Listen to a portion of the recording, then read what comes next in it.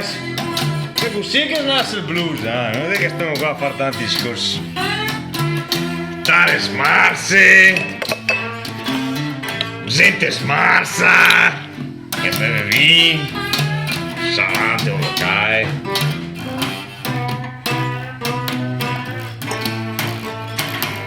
E io a pensare che tutto quello che sia musica nostra qua, dei nostri posti, no? Forse deriva dalla musica classica, grandi compositori di musica classica.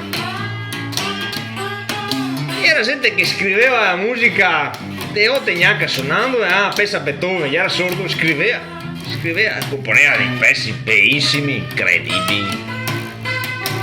E dopo tutta sta ossessione di tutti quelli che si venuti dopo a cercare di fare la musica esattamente come che la che ha pensato, chi che la che ha scritta.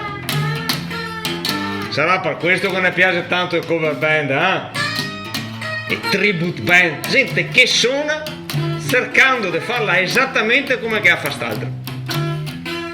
E il blues è tutta un'altra storia, e è sempre che ha canzone suona ogni volta in maniera differente. Neanche noi altri fumo mai compagni, ogni volta è una storia diversa. Perché il blues è musica dell'anima.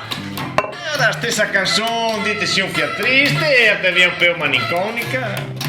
Dite stai bene, allegria con i tuoi amici e via andare. Poco di slide su una chitarra tutta scordata, comprare un mercatino chissà dove, basso butta senza amplificazione, così, un fia sparso, slide una volta che faceva quei tappi di bottiglie di vino, o di whisky. Non serviva gran pianoforti o gran orchestre per suonare. Stava bella dell'anima.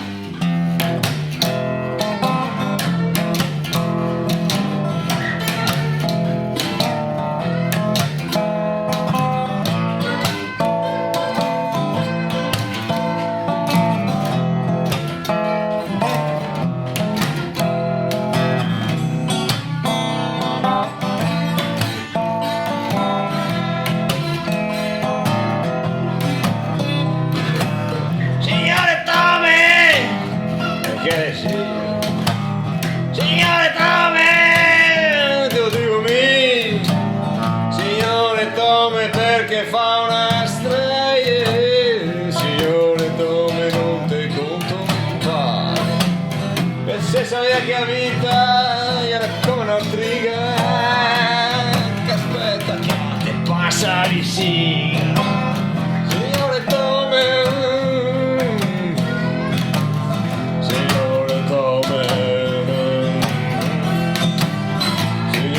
Come perché fa una strage, signore come non te conto male, e se sapeva che la vita era per tutta sta fatica, col passo che aveva